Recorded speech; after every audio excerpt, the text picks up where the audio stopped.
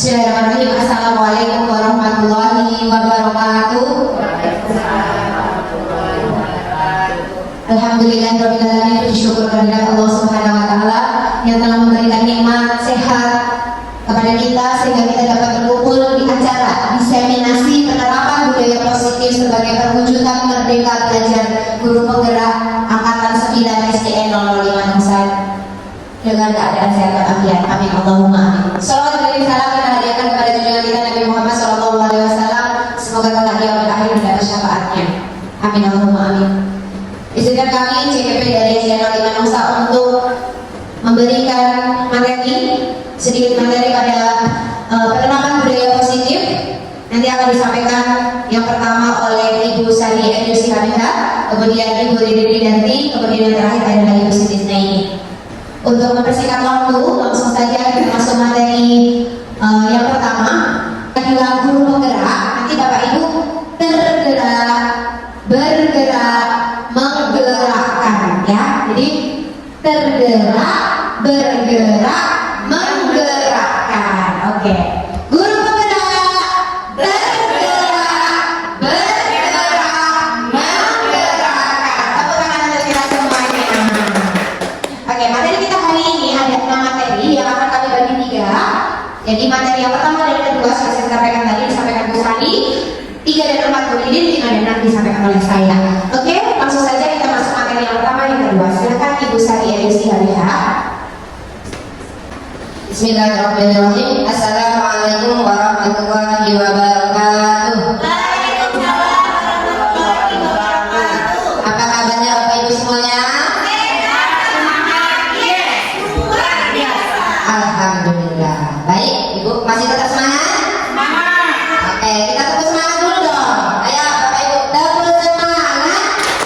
Semangat. Nggak semangat. Oke, terima kasih. Nah, di sini Bapak Ibu, sebelum saya melanjutkan ke materi saya, terlebih dahulu saya memperkenalkan diri. Nama saya Sari Edisi Hamida, calon JGP Angkatan 9 Kota Batam dari SDN 005 Nusa. Baik, Bapak Ibu, sebelum kita masuk ke materi, di sini saya akan memberikan sedikit pertanyaan pemantik untuk Bapak Ibu semuanya. Di sini nanti Bapak Ibu bisa menjawab setuju atau tidak setuju. Siap Bapak Ibu? Untuk pertanyaan pertama, hukuman dapat mendisiplinkan anak. Ayo Bapak Ibu, setuju atau tidak setuju? Tidak. Setuju. Oke, setuju. Bu Esi? Bagaimana? Tidak setuju. Baik, kita lanjut ke soal nomor 2. Simpan jawaban untuk nomor 1 ya. Nomor 2, pemberian hukuman dengan hal positif seperti membaca atau membersihkan halaman sekolah dapat meningkatkan disiplin anak. Ayo, Bu Ade, silakan jawab setuju atau tidak setuju. Setuju. Bu Olga? Siap, oke, setuju. Pertanyaan ketiga, memberi penghargaan dapat meningkatkan motivasi belajar. Ayo, silakan jawab setuju atau tidak setuju. Setuju. Oke, setuju. Nah, Bapak Ibu, dari ketiga pertanyaan tadi kita tidak mencari benar atau salahnya, itu adalah semua jawabannya benar.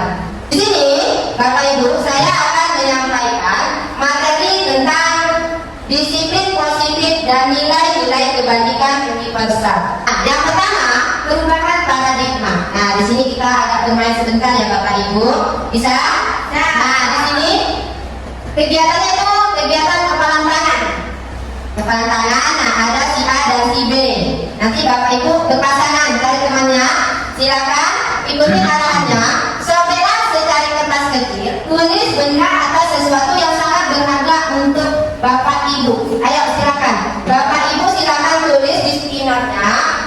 Maksudnya benda aja kan? Iya, sesuatu yang berharga menurut Bapak Ibu.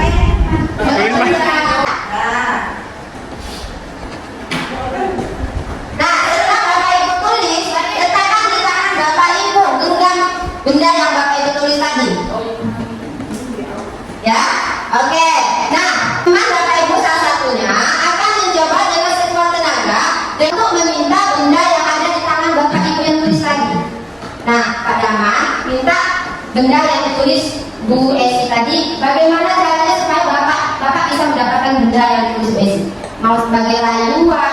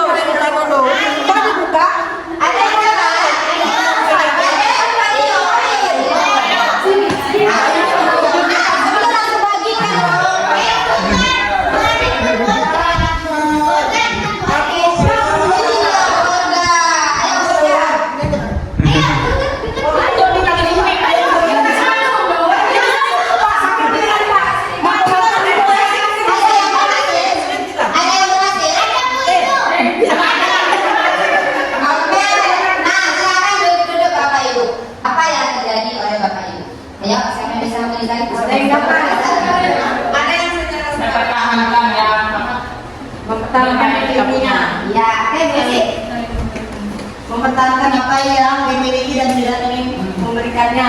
Oke, Olga. Oke,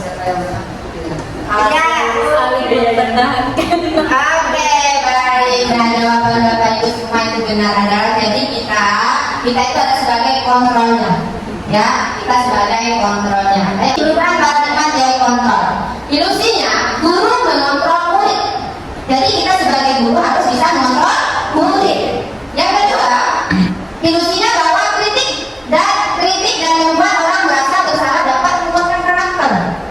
Nah, di sini benar Bapak Ibu. Ketika kita diberikan kritik, itu tidak sengaja nanti akan menguatkan karakter kita. Ada perubahan pada diri kita sendiri untuk menjadi lebih baik. Yang ketiga, ilusi bahwa semua penguatan positif, efektif dan bermanfaat. Benar ya Bapak Ibu?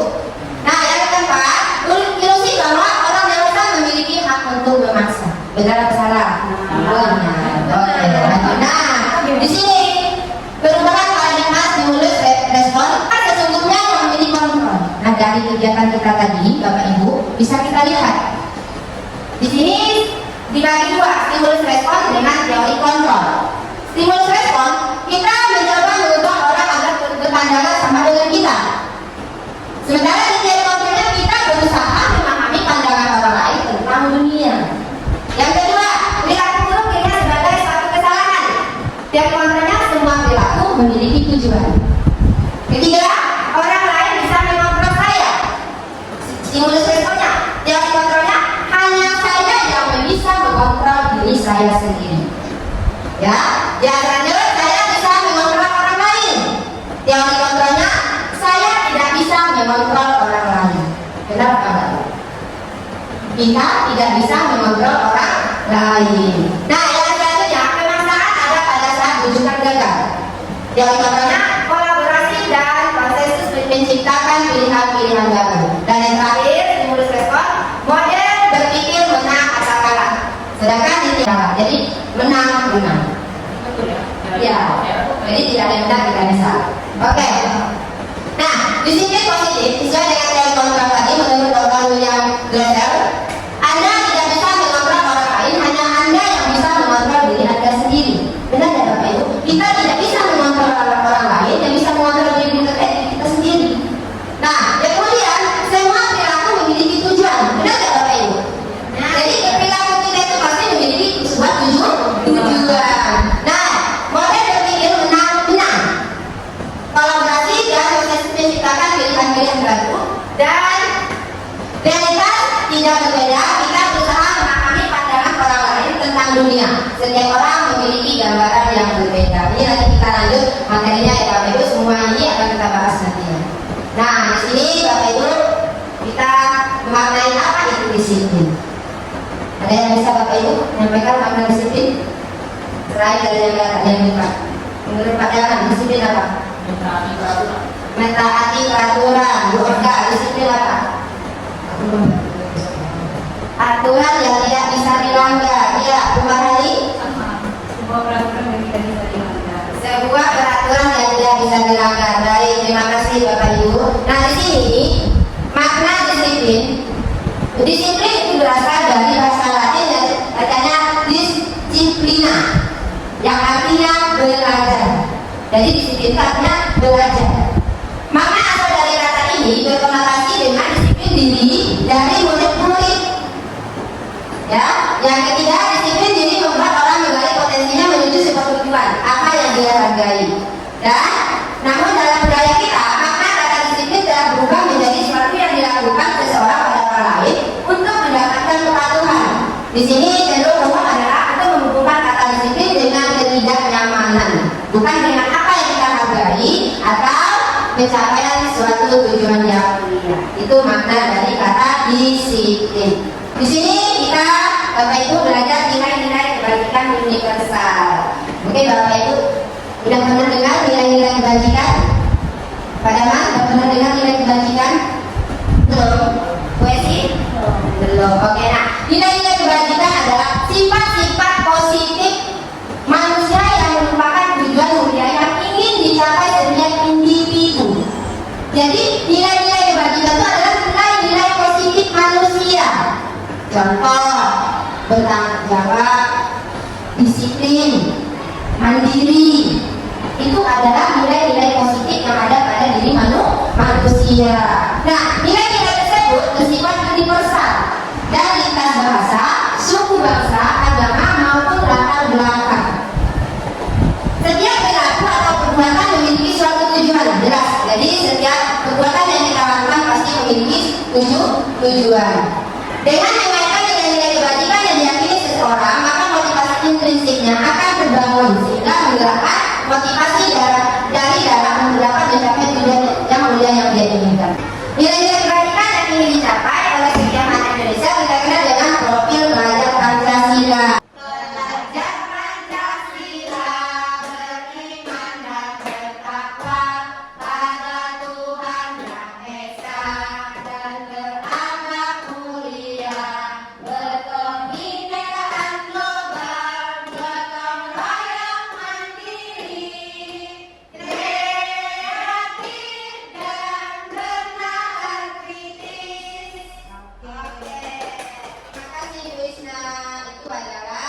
Nilai-nilai keyakinan yang kita capai dari yang kita kenal dengan profil pelajar Pancasila. Itu ada. Untuk materi yang kedua, yaitu teori motivasi, hukuman dan penghargaan dan restitusi. Nah, di sini kita nanti akan belajar teori motivasi, hukuman, penghargaan dan restitusi. Teori motivasi perilaku manusia. 1. Untuk menghindari ketidaknyamanan hukuman, apa yang akan terjadi apabila saya tidak melakukannya? Itu disebut motivasi eksternal. Yang kedua, untuk mendapatkan imbalan dari orang lain. Apa yang akan saya dapatkan apabila saya melakukan? Itu juga termasuk motivasi eksternal. Dan yang ketiga, untuk menghargai diri sendiri. Nah, di sini bisa kita lihat, saya akan menjadi orang yang seperti apa bila saya melakukannya. Itu kan berarti muncul dari dalam diri sendiri. Jadi disebut motivasi internal. Inilah adalah tujuan salah satu untuk menciptakan disiplin positif. Bagi hajat dalam cara, merdeka itu artinya tidak hanya terlepas dari perintah, akan tetapi juga cakap buat memerintah diri sendiri. Nah, itu kan Bapak Ibu kita adalah sebagai kontrolnya. Yang bisa mengontrol diri kita adalah diri kita sendiri. Hukum oleh penghargaan bahwa penghargaan berlaku sama dengan hukuman. Dalam arti meminta atau memuji seseorang melakukan sesuatu untuk memenuhi suatu tujuan tertentu dari orang yang meminta atau membujuk. Dorongan eksternal dan akan ada faktor ketergantungan. Adapun beberapa faktor dari pemberian penghargaan. Pertama, pengaruh jangka pendek dan jangka panjang. Itu kalau kita diukur oleh penghargaan. Kedua, penghargaan menghukum. Ketiga, penghargaan mengurangi kecepatan. Yang keempat, penghargaan tidak efektif. Dan yang kelima, penghargaan merusak hubungan. Ini kalau kita berikan sesuatu penghargaan kepada peserta didik. Dimulai oleh penghargaan. Dimulai oleh penghargaan. Contohnya, penghargaan itu menurunkan kualitas. Ya, penghargaan juga akan mematikan kreativitas. Dan penghargaan akan mengurangi motivasi intrinsik, motivasi dalam diri kita sendiri. Bentuk program kebajikan ini sebagai apresiasi ya. Nah, dalam memberikan apresiasi atau pengakuan perlu diingat ada beberapa hal. Yang pertama, beri pengakuan secara khusus. Jadi bisa kita berikan pengakuan secara khusus kepada peserta didik kita. Kedua, beri pengakuan secara pribadi. Bisa kita panggil anaknya, kita berbicara dengan murid kita. Yang ketiga, beri pengakuan kepada semua murid. Bisa secara bergantian. Yang keempat, beri pengakuan secara konsisten. Konsisten itu terus menerus. Dan yang kelima adalah fokus pada prosesnya. Itu adalah bentuk program kebajikan yang bisa kita terapkan kepada peserta didik kita. Baik, contoh pengakuan atau apresiasi kebajikan pada pembuka, ada nilai kebajikan dan situasi. Nah, yang dimaksud dengan pembuka katanya seperti ini. Kemarin saya perhatikan rasa empatimu besar sekali pada saat menolong murid baru di sekolah kita. Kata kemarin saya perhatikan itu adalah pembukanya. Awal kita untuk melakukan dialog bersama murid kita. Nah, kata rasa empati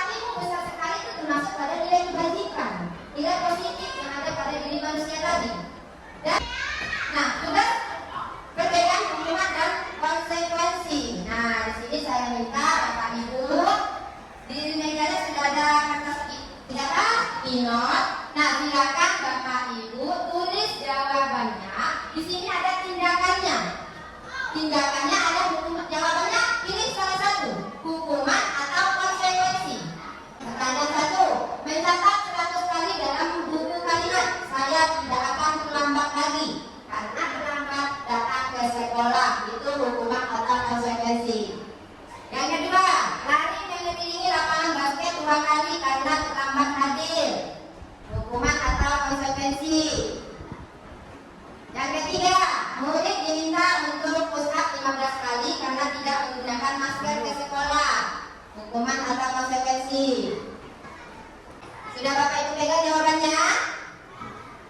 Ayo coba kuesi satu orang untuk menjawab dari ketujuh pertanyaan jawabannya saja. Nomor satu hukuman. Oke, lanjut. Nomor dua. 2 hukuman. 3 hukuman. 4 konsekuensi. 5 konsekuensi. 6 konsekuensi. 7 konsekuensi. Oke, terima kasih, tepuk tangan dong untuk Bu Esi. Nah, silakan mari kita lihat apa jawabannya. Ayo, Bapak Ibu silakan lihat jawabannya. Nomor 1, mencatat 100 kali dalam buku kalimat saya tidak akan terlambat lagi karena ada terlambat datang ke sekolah. Benar ya Bapak Ibu? Apa? Itu adalah buku hukuman. Benar. Lari mengelilingi lapangan basket 2 kali karena terlambat hadir di sekolah. Benar kata Bu? Hukuman. Iya. Murid diminta untuk push up 15 kali karena tidak menggunakan masker di sekolah. Hukuman. Nah, jadi kalau kita sudah merasakan pernah melakukan hal ini, untuk kedepannya tidak kita lakukan lagi. Baik. Perbedaan hukuman dan konsekuensi. Hukuman. Apa itu hukuman? Yang pertama, sesuatu yang menyakitkan harus terjadi. Benar nggak Bapak Ibu? Konsekuensi, sesuatu memang harus terjadi. 2, hukuman membuat anak sakit baik fisik maupun hati untuk jangka waktu yang lama. Dan sedangkan konsekuensi membuat anak merasa tidak nyaman dalam jangka waktu pendek. Anak membenci kedisiplinan. Nah, kalau konsekuensi, anak akan menghargai disiplin. Di situ perbedaannya. Kalau hukuman itu bersifat paksaan. Benar? Nah, kalau konsekuensi, stimulus atau tanggapan. Kalau kita terus berikan arahan, berikan bimbingan, lama-lama dia akan menyadari dari diri dia sendiri. Dari dalam diri dia menyadari bahwa dia itu salah, akan dia berusaha untuk memperbaikinya. Jadi tanpa ada kita paksa, dia tidak perlu kita berikan hukuman yang keras. Oke, lanjut. Terakhir, apa itu restitusi? Nah, di sini nanti banyak kaitannya ya Bapak Ibu. Saya jelaskan dulu apa itu restitusi. Restitusi adalah proses menciptakan kondisi bagi murid untuk memperbaiki kesalahan mereka, sehingga mereka bisa kembali pada kelompok mereka dengan karakter yang lebih kuat. Jadi kalau ada anak kita bermasalah, nah nanti di sini kita belajar bagaimana menerapkan restitusi ini. Restitusi juga merupakan proses kolaboratif yang mengajarkan murid untuk mencari solusi untuk masalah mereka dan membantu murid berpikir tentang orang seperti apa yang mereka ingin menjadi. Ada 9 ciri-ciri restitusi. Yang pertama, bukan untuk menebus kesalahan, namun untuk belajar dari kesalahan. Yang kedua, ciri-ciri restitusi itu memperbaiki hubungan yang kita dengan murid dengan guru. Yang ketiga, ciri-ciri restitusi adalah tawaran, bukan paksaan. Jadi kita memberikan solusi kepada anak, bagaimana dia bisa menyelesaikan masalahnya. Kita bantu dia, kita bimbing dia. Yang keempat, restitusi menuntut anak melihat ke dalam diri. Yang kelima, restitusi mencari kebutuhan dasar yang mendasari tindakan. Keempat, restitusi diri adalah cara yang paling baik. Yang ketujuh, restitusi fokus pada karakter, pembentukan karakter bukan tindakan. Yang delapan, restitusi fokus pada solusi. Jadi kita memberikan solusi kepada anak. Jadi kalau anak itu membuat kesalahan, kita dengarkan dulu, kita carikan solusinya. Bagaimana supaya dia tidak mengulangi perbuatannya itu lagi. Dan dia sadari dengan keyakinan dia sendiri dalam hati dia. Nah, yang terakhir, restitusi mengembalikan murid yang berbuat salah pada kelompoknya. Restitusi ada identitas gagal, ada identitas sukses. Dari kegiatan restitusi tadi ya Bapak Ibu, ada identitas gagal, ada identitas sukses. Identitas gagal yang mana? Hukuman. Kita memberikan hukuman, itu adalah identitas gagal. Sedangkan identitas sukses itu adalah menciptakan disiplin. Itu dengan cara kita memberikan konsekuensi atau restitusi. Yang ketiga, tidak nyaman. Yang kedua, tidak nyaman untuk murid atau anak untuk jangka waktu panjang. Tadi sudah dijelaskan juga ya Bapak Ibu, perbedaan antara hukuman dengan konsekuensi. Tinggal kita bahas, tambahkan dengan restitusi. Nah, ini adalah masuk pembelajaran ketiga, yaitu keyakinan keras yang akan dilanjutkan oleh teman saya, Ibu Ririn Widanti. Kepada Ibu Ririn kami persilakan. Assalamualaikum warahmatullahi wabarakatuh. Waalaikumsalam warahmatullahi wabarakatuh. Masih semangat Bapak Ibu?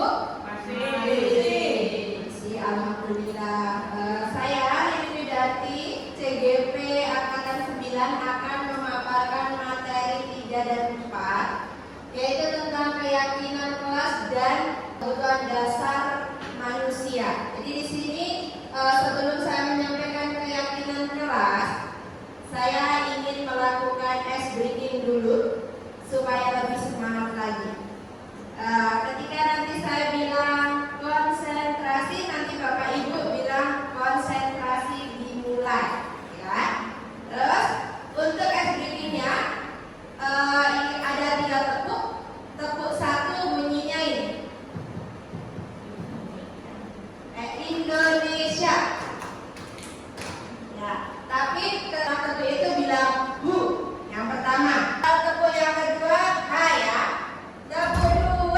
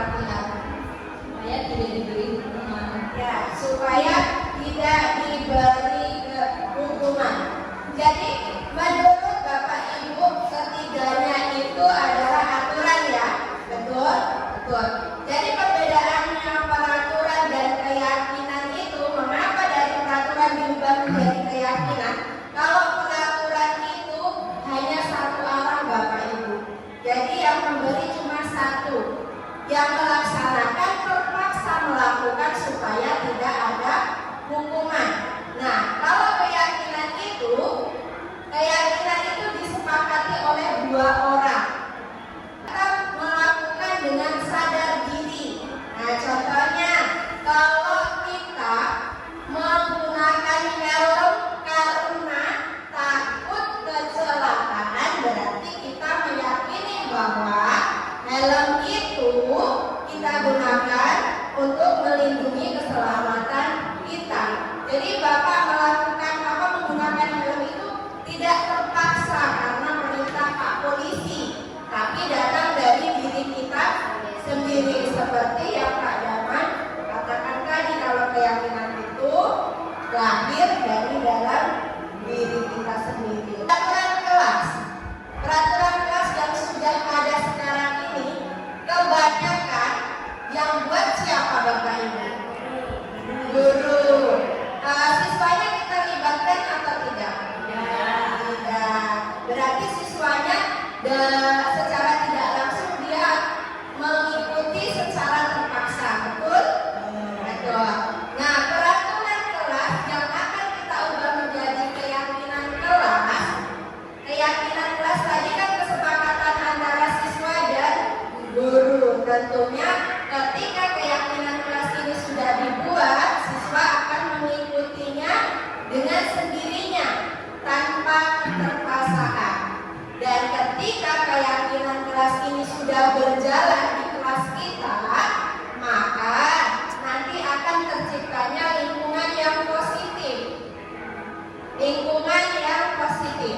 Setelah lingkungan positif akan menimbulkan budaya positif, baik di lingkungan sekolah, di lingkungan rumah, maupun di lingkungan masyarakat. Jadi anak-anak itu sudah terbiasa melakukan nilai-nilai positif yang terkandung dari keyakinan kelas yang sudah disepakati.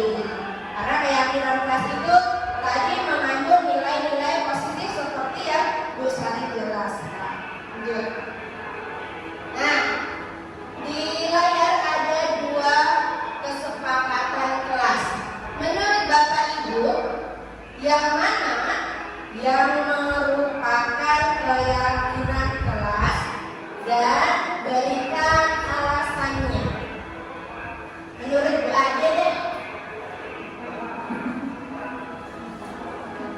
Yang mana yang merupakan keyakinan kelas? Yang sebelah kanan atau sebelah kiri? Yang merupakan keyakinan kelas Sebelah kanan atau sebelah kiri?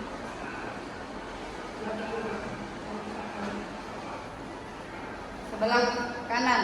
Kanan. Sebelah kanan menurut Bu Esi. Sebelah dua-duanya. Oke, betul sekali. Tepuk tangan dong untuk Bu Esi. Ya, jadi di sini dari kedua kesepakatan kelas ini merupakan keyakinan kelas. Semuanya keyakinan kelas. Bisa dilihat dari kata-katanya. Kata-katanya mengandung nilai-nilai positif. Kemudian selain itu yang menyepakati antara guru dan siswa. Nah, contohnya kami guru dan murid yang saling menyayangi. Terus yang kedua kami murid yang semangat belajar. Yang ketiga kami murid yang peduli dengan teman-teman. Nah, untuk yang sebelah kanan kesepakatannya datang tepat waktu dan mengucapkan salam. Itu artinya sudah disepakati oleh anggota kelas. Kemudian menjaga kebersihan sekolah, berdoa sebelum dan sesudah kegiatan. Dan yang selanjutnya aktif dalam pembelajaran dan tertib. Lanjut. Kegiatan pendalaman keyakinan. Jadi keyakinan itu ada 3 kategori ya Bapak Ibu. Ada hormat, bekerja, diterima, dan dimiliki. Hormat itu artinya kami itu seluruh anggota kelas meyakini bahwa sangat penting untuk menghormati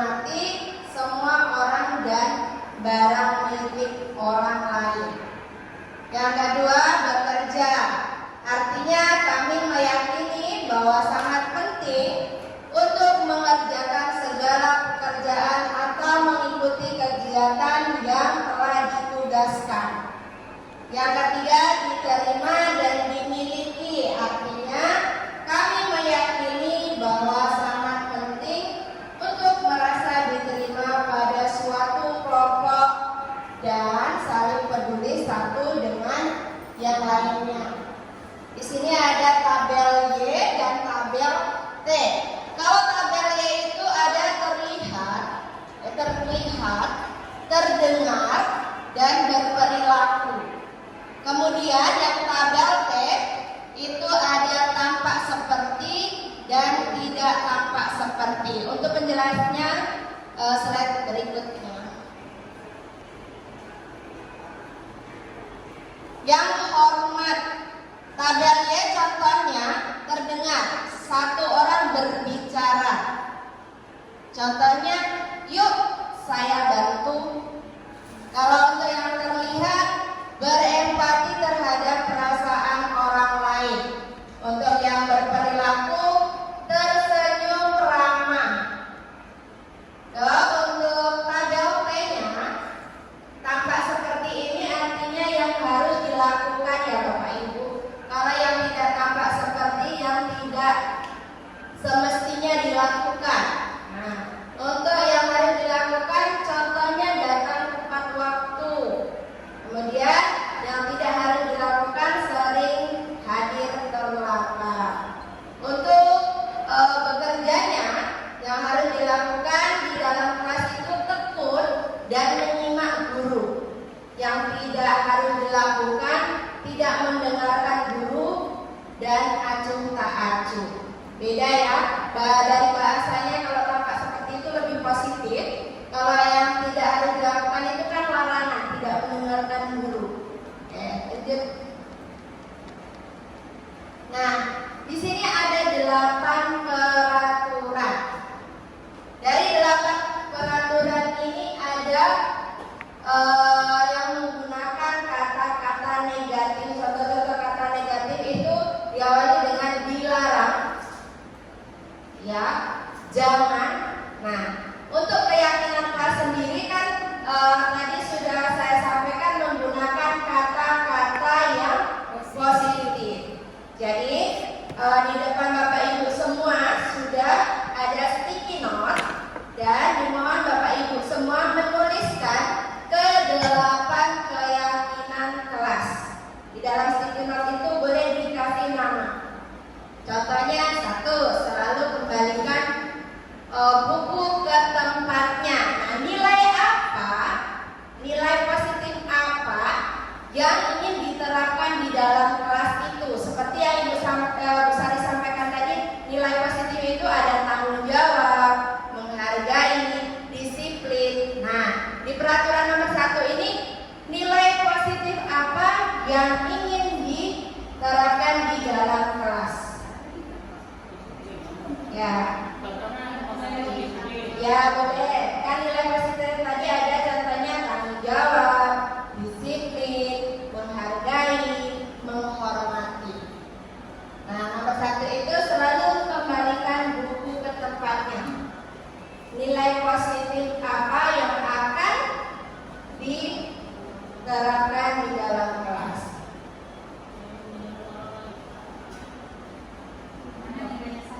Ya, nilai positifnya. Ya, saya kasih contoh ya.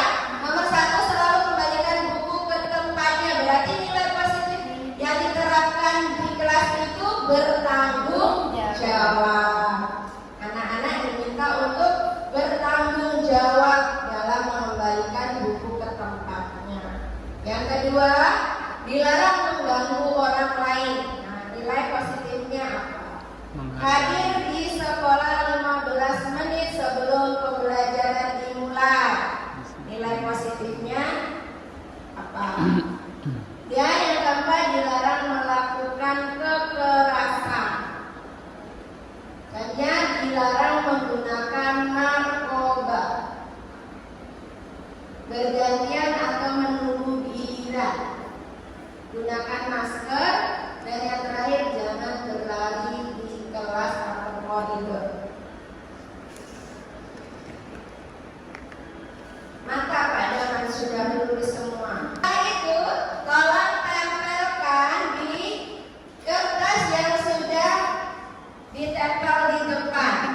Oke, Bu Ade menempelkan ke depan.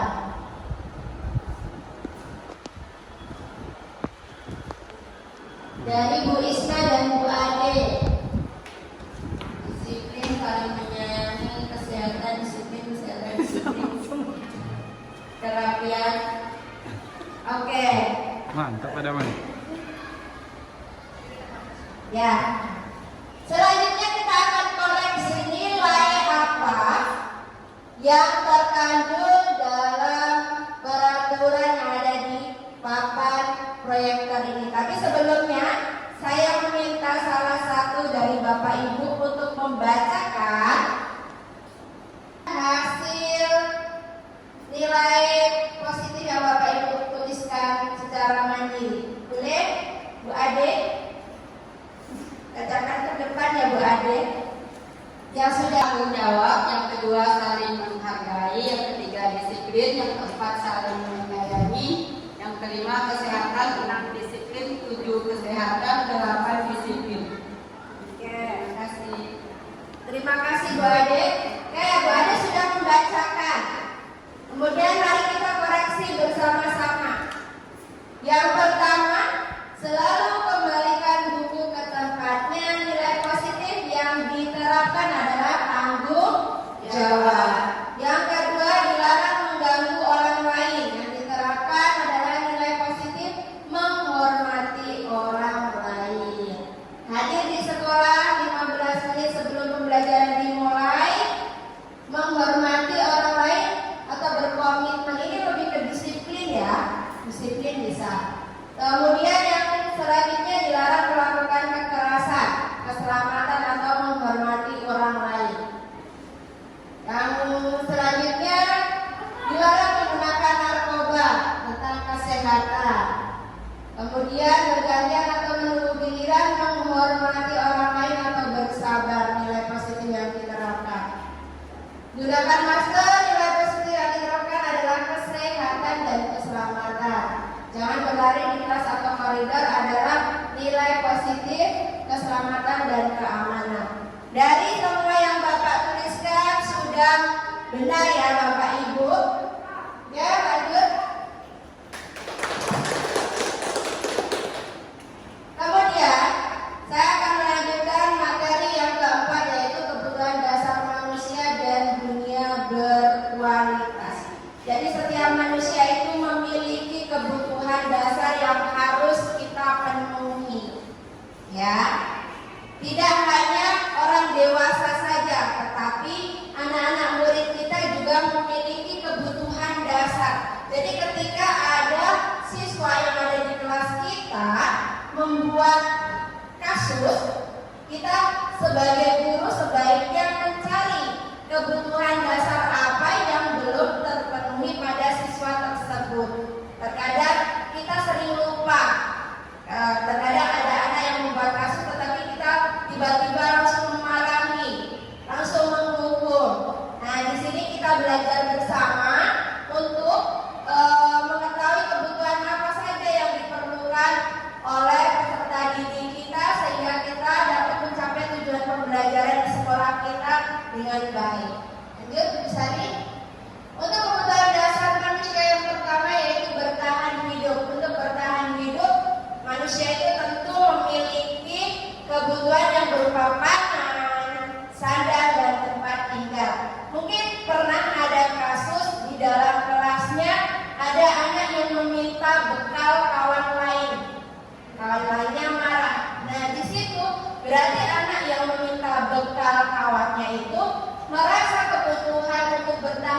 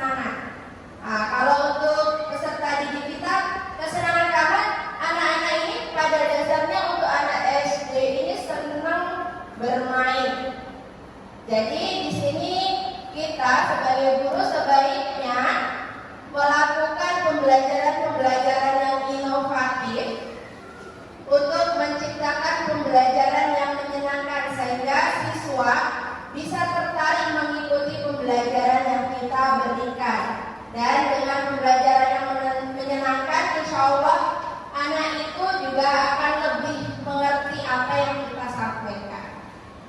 Kemudian kebebasan. Nah, kebebasan ini setiap anak memiliki kebebasan untuk memilih untuk menyelesaikan masalahnya sendiri. Bagaimana dia ingin menyelesaikan tugas-tugasnya mungkin, bagaimana dia ingin memilih cara mengerjakan, bagaimana dia ingin memilih cara pembelajaran yang baik untuk dia. Terkadang kita menggunakan pembelajaran yang monoton, itu saja, dan kebanyakan siswa juga mengalami kebosanan kadang ingin main, belajar sambil main gitu. Jadi tugas guru kita harus mengenali kebebasan apa yang dibutuhkan oleh siswa kita. Selanjutnya penguasaan, ya. Untuk penguasaan ini siswa juga memiliki penguasaan, kebutuhan penguasaan untuk menerima dan untuk menjalani pembelajaran di kelas dengan baik, untuk menyelesaikan pembelajaran yang diberikan oleh guru.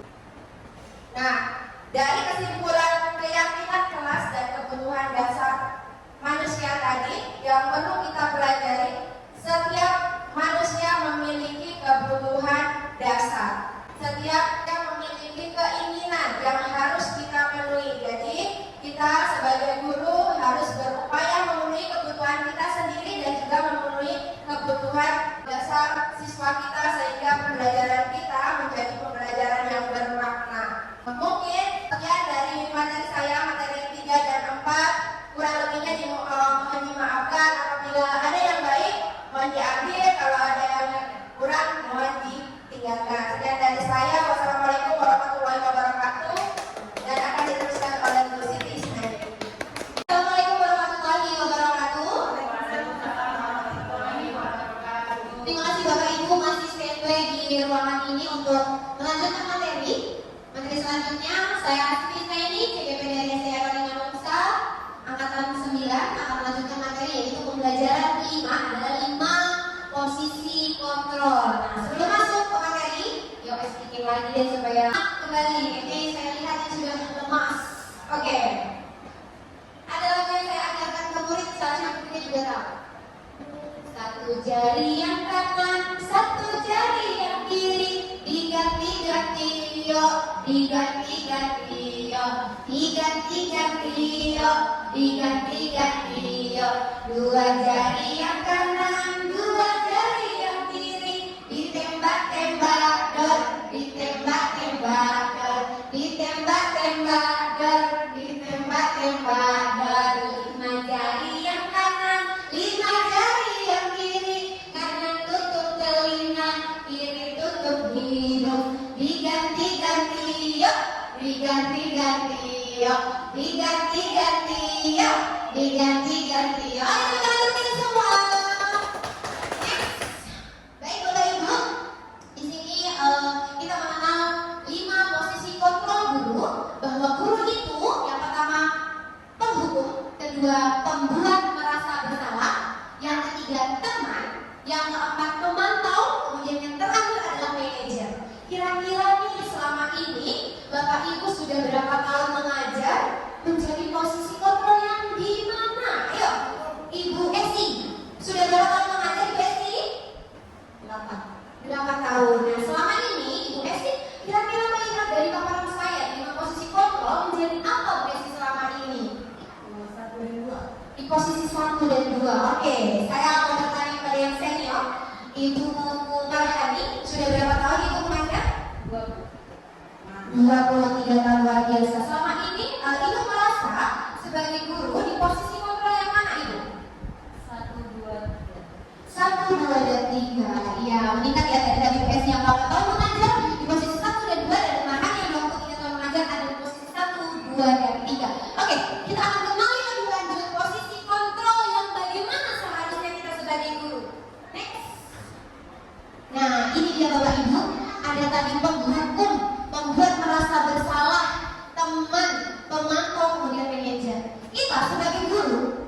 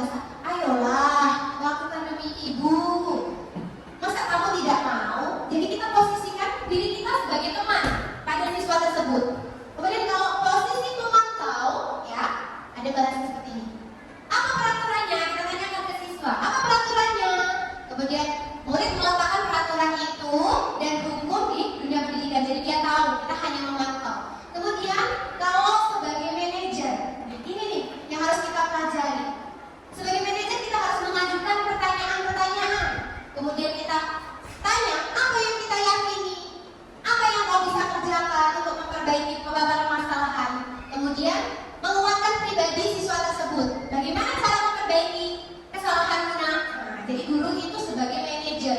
Nah, posisi mana yang sebenarnya kita sebagai guru yang bagus adalah kalau yang 1 dan 2 itu identitas gagal, kontrol dari luar, ya. Kemudian kalau yang 3 dan 4 itu identitas berhasil atau sukses, ya. Boleh kita menjadi kontrol di 3 dan 4. Apalagi kalau kita menjadi posisi kontrol kelima, itu yang identitas berhasil dan sukses sekali, itu kita sebagai guru adalah di posisi manajer, ya. Jadi kalau tadi yang masih di posisi 1 dan 2, ayo kita bercoba, ayo sama-sama kita kenali ya potensi murid, bagaimana cara kita mengajar, bagaimana cara kita menemukan permasalahan siswa, kemudian membantu menyelesaikannya. Next. Nah, ini. Nah, di sini ada pernyataan-pernyataan, ya. Ada beberapa pernyataan. Saya kecewa sekali dengan kamu. Nah, siapa yang mengatakan? Membuat orang merasa bersalah. Jadi, posisi guru mengatakan saya kecewa sekali dengan kamu supaya anak merasa bersalah. Kita menjadi kontrol di posisi guru membuat merasa bersalah. Kemudian kamu tidak pernah benar melakukannya. Kamu tidak pernah benar melakukannya sambil menunjuk apa lagi, ya. Itu tidak boleh menjadi penghukum. Nah, kayak tadi seperti yang saya bilang, ada kata ayolah, ajakan itu lakukan demi ibu atau bapak, itu menjadi teman.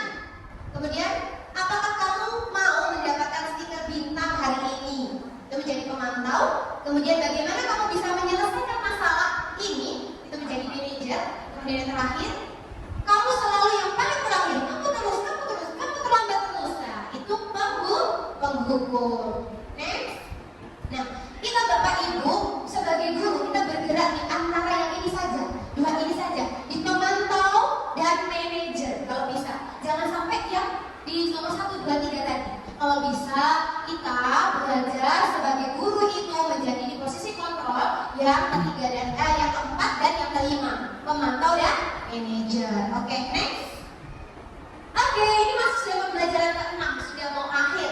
Kita belajar tentang segitiga restitusi. Apa itu segitiga restitusi? Segitiga restitusi ini adalah penyelesaian masalah siswa nantinya. Ada 3 tahapan. Yang pertama adalah menstabilkan identitas, kemudian validasi tindakan yang salah atau validasi kebutuhan, kemudian menanyakan keyakinan. Adalah menstabilkan identitas. Bapak Ibu, kalau ada siswanya yang bermasalah, kira-kira pertama kali biasanya nih apa yang Bapak Ibu lakukan? Kalau ada masalah pertama kali itu melakukan apa? Ya, ketika anak ada salah, udah beberapa kali diulang lagi, itu Bapak melakukan apa? Pertama saya mengingatkan, tidak harus saya lakuin. Biasanya, oke. Nah, seperti yang dibilang Pak Danu tadi, biasanya Pak Danu mengingatkan dulu secara pribadi, pelan-pelan ingatkan lagi. Kemudian kalau tidak cedera juga diberi hukuman. Langkah sebagai posisi kontrol tadi sebagai guru yang benar adalah kita sebagai manajer menggunakan segitiga restitusi. Yang pertama tadi adalah menstabilkan identitas untuk membuat anak yang merasa gagal karena berbuat salah menjadi positif terhadap dirinya. Jadi kita stabilkan dulu untuk identitas mereka. Jangan sampai mereka itu salah merasa sendirian. Kita harus juga di posisi mereka. Ini ada beberapa pertanyaan dulu supaya menstabilkan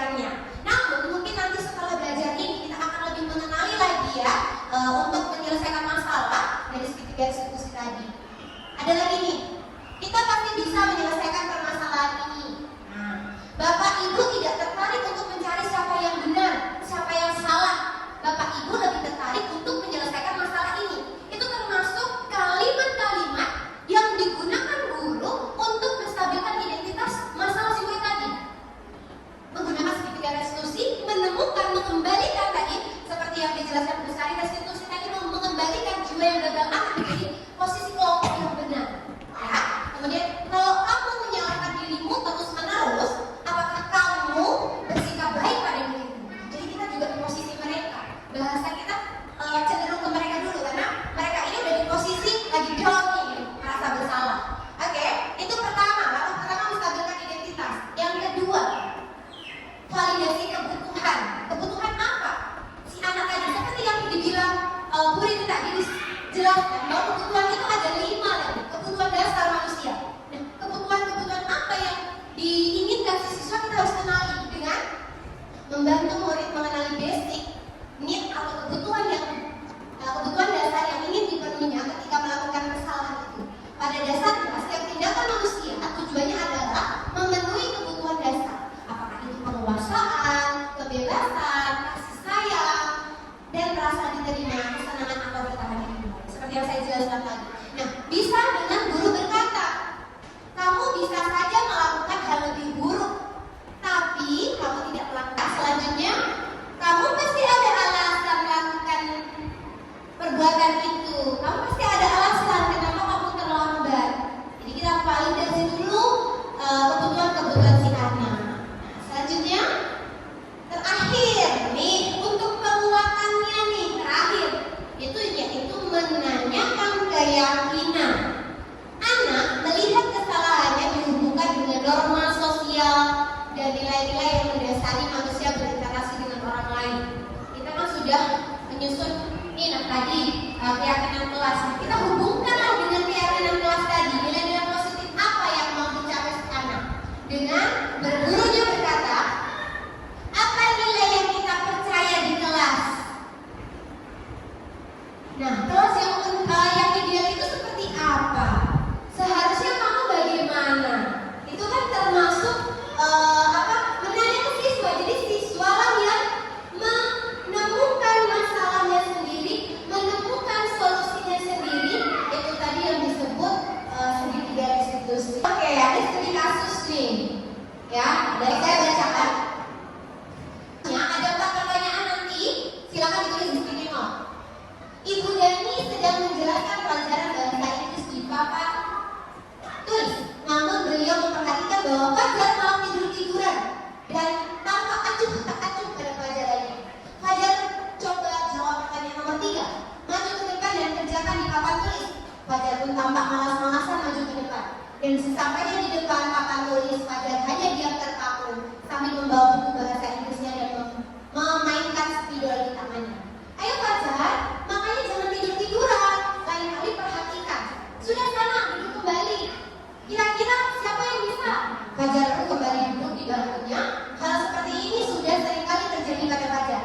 Seperti tidak memperhatikan, acuh dan nilai-nilainya pun tidak terlalu baik untuk pelajaran bahasa Inggris. Pada saat ditegur oleh Ibu Dani, Fajar hanya menjawab, tidak tahu Bu. Ibu Dani pun menjawab, Ih, gimana kamu Fajar? Kamu tidak kasihan sama ibu ya? Ibu sudah capek-capek mengajarkan kamu. Tidak kasihan kamu sama ibu. Dan Fajar pun diam membisu. Oke, dari kasus tadi ada 4 pertanyaan. Tadi sudah saya jelaskan posisi kontrol, kemudian bagaimana sudah menjalankan kebutuhan dasar manusia, kemudian penyelesaiannya bagaimana. Silakan dijawab dari yang pertama dulu. Posisi kontrol apa yang diambil oleh Ibu Dani dalam pendekatan kepada Fajar? Satu posisi nomor 1, posisi kontrol apa Ibu Dani? Sebagai teman. Dari mana Bu Esi bilang kalau itu posisi kontrol sebagai teman? Kalimat yang mana? Ayo Fajar. Intinya teman. Oke, yang ayo Fajar, makanya jangan tidur-tiduran, lain kali perhatikan. Posisi kontrol yang ke teman. Oke, kita akan lihat jawabannya. Slide yang selanjutnya. Iya, ternyata ada 3. Posisi pendukung ada, posisi teman ada, dan posisi pembuat merasa bersalah.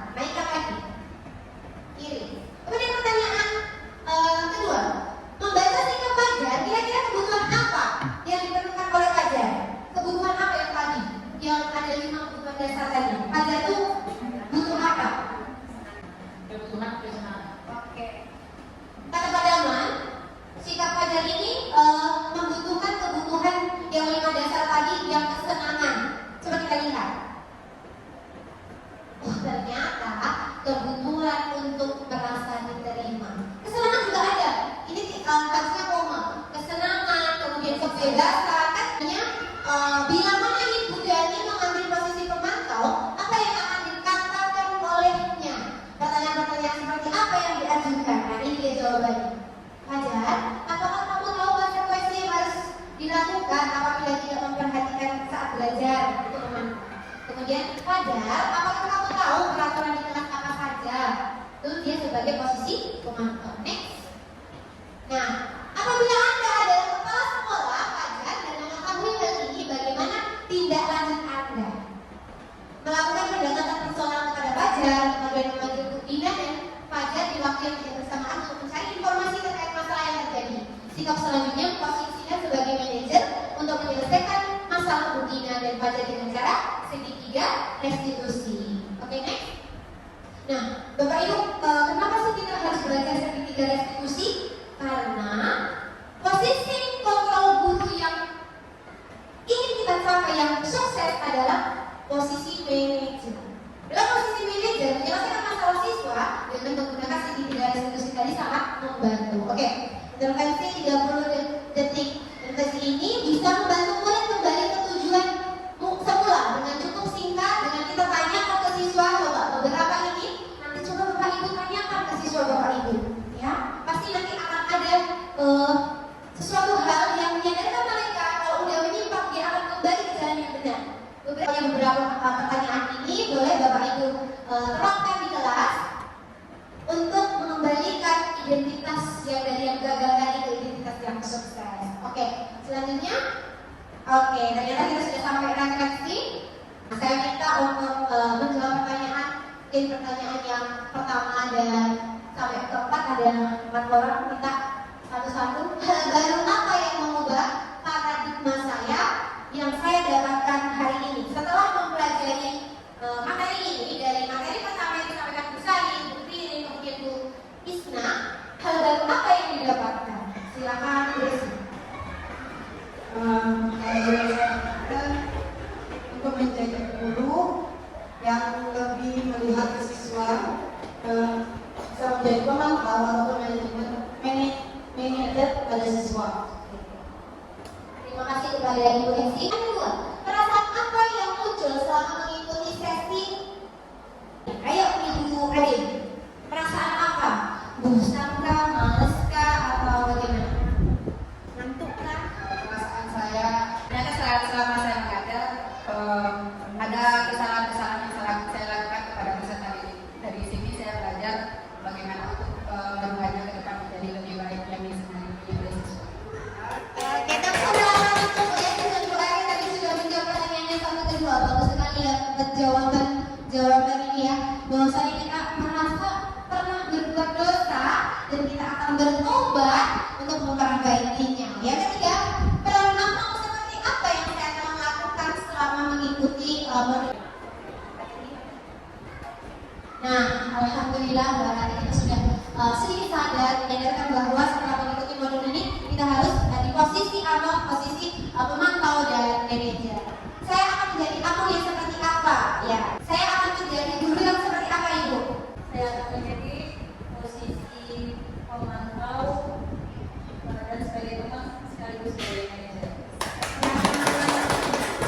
Memang benar, ada kalanya sebagai guru itu harus menjadi teman. Kemudian ada kalanya kita menjadi pemantau, kemudian lebih tepatnya lagi kita sebagai manajer. Oke, sekian dari kami CGP Angkatan 9 SDM 561, kurang lebihnya mohon maaf. Wassalamualaikum warahmatullahi wabarakatuh.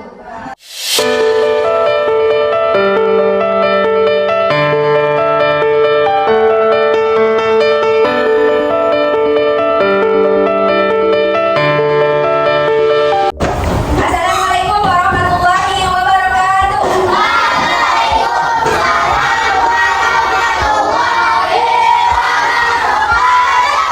Selamat pagi semuanya.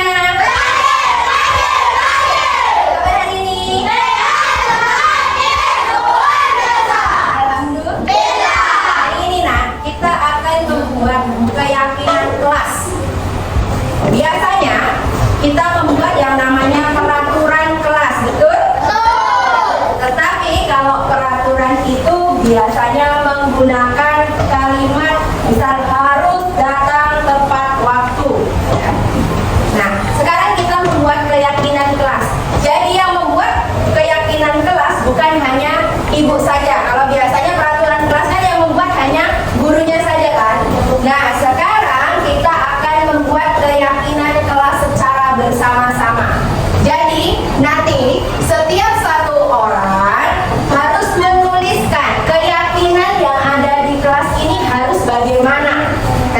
kita belajar, ya.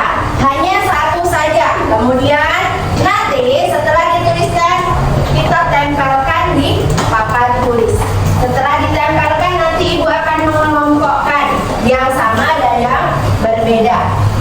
Setelah ibu mengelompokkan, ibu akan mencari keyakinan kelas apa yang kita sepakati nanti. Dan ketika kalian sudah membuat keyakinan kelas, artinya kalian harus menepatinya, karena keyakinan kelas yang buat kalian sendiri dan kita sepakati secara bersama. Betul? Betul. Oke. Untuk langkah pertama, ibu akan membagikan namanya di sticky note. Jadi nanti kalian tuliskan contoh kesepakatan pertama. Datang tepat waktu, ya. Nah, kalian nanti boleh bikin dengan kelas yang lain, misalnya buang sampah pada tempatnya, kayak gitu. Tapi harus menggunakan bahasa yang positif. Tidak boleh menggunakan kata jangan. Biasanya jangan buang sampah sembarangan. Bisa diganti dengan buanglah sampah ke tempatnya. Jangan datang terlambat. Bisa kalian buat dengan datang lebih awal. Itu paham? Selain ketiga itu boleh kalian tuliskan, ya, sesuai keyakinan yang ada di diri kalian masing-masing. Di kelas itu tuh aku harus bagaimana, ya.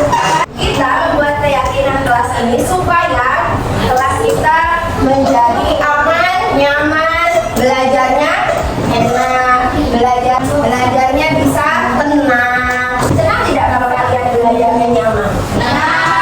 Sekarang ibu bagikan sticky note. Nanti tambahnya yang bagian atas ini lengket, jadi jangan dipegang-pegang.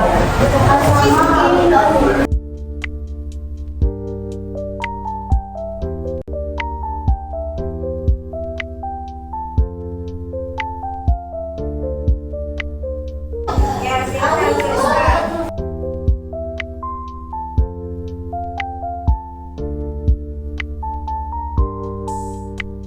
Setelah dituliskan, ditempelkannya yang rapi, ya.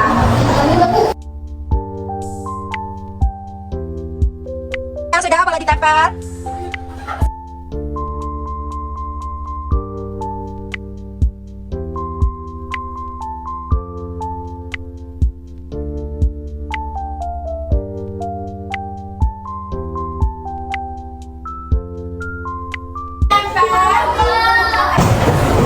Semua perhatikan ke depan. Semua sudah menempel, betul?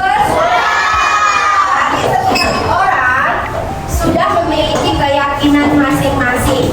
Ibu di sini ada 19 kertas, karena kita 19 orang. Nah, nanti dari 19 yang ada di sini kita akan kelompokkan. Yang sama, terus yang beda kita akan kelompokkan. Setelah kita kelompokkan, nanti kita akan sepakati keyakinan kelas yang mana yang akan kita pakai selama 1 tahun ke depan.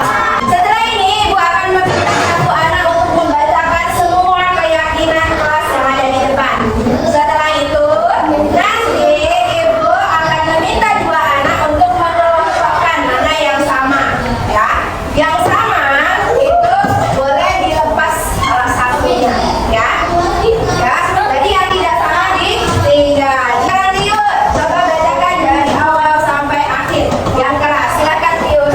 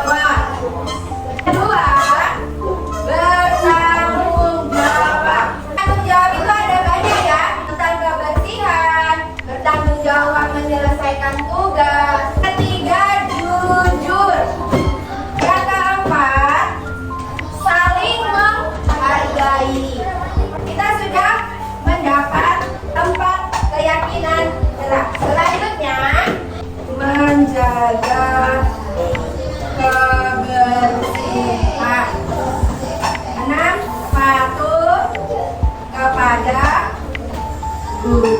Oke, di kelas ini kita sudah mendapat 6 keyakinan kelas. Coba baca bersama-sama. 1.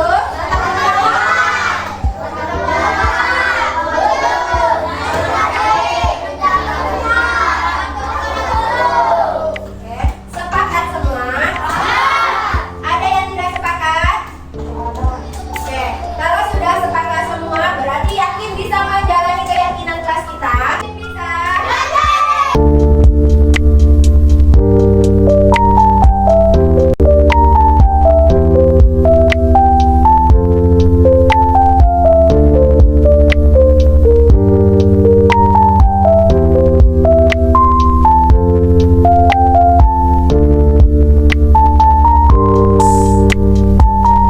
Perkenalkan, nama saya Aira Nur Apriliani dari kelas 5A. Setelah membuat keyakinan kelas, saya merasa senang karena keyakinan kelas sangat penting untuk mendisiplinkan siswa. Terima kasih. Perkenalkan, nama saya Naga dari kelas 5A. Setelah saya membuat keyakinan kelas, saya merasa bahagia karena keyakinan kelas sangat penting untuk menciptakan kelas yang nyaman. Terima kasih. Perkenalkan, nama saya Nur dari kelas 5A. Setelah membuat keyakinan kelas, saya merasa senang karena menurut saya keyakinan kelas itu penting untuk membentuk siswa dalam berdisiplin. Terima kasih. Perkenalkan, nama saya Maudi dari kelas 5A. Perasaan saya sangat senang karena bisa ikut membuat keyakinan kelas yang sangat penting untuk menciptakan rasa kedisiplinan siswa. Terima kasih. Perkenalkan, nama saya Rafli Sudiatama dari kelas 5A. Setelah saya membuat keyakinan kelas bersama Bu Dede, saya sangat senang karena keyakinan kelas sangat penting untuk meningkatkan tanggung jawab siswa. Terima kasih.